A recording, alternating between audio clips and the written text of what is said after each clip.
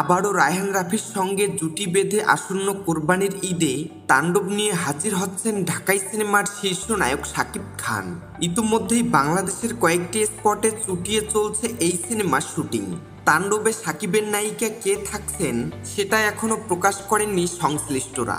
তবে বিভিন্ন মহল থেকে শোনা গেছে এই সিনেমায় শাকিবের সঙ্গে দেখা যেতে পারে জয়া আহসান সাবিলা নূরকে। বিষয়টি নিয়ে নানা জল্পনা কল্পনা থাকলেও সোমবার দুপুরেই নিশ্চিত হওয়া গেল ছোট পর্দার জনপ্রিয় অভিনেত্রী সাবিলা নূরই হচ্ছেন তাণ্ডবে শাকিবের নায়িকা। আর এই ছবির মাধ্যমে রূপালী পর্দায় অভিষিক্ত হতে যাচ্ছেন আলোচিত এই অভিনেত্রী।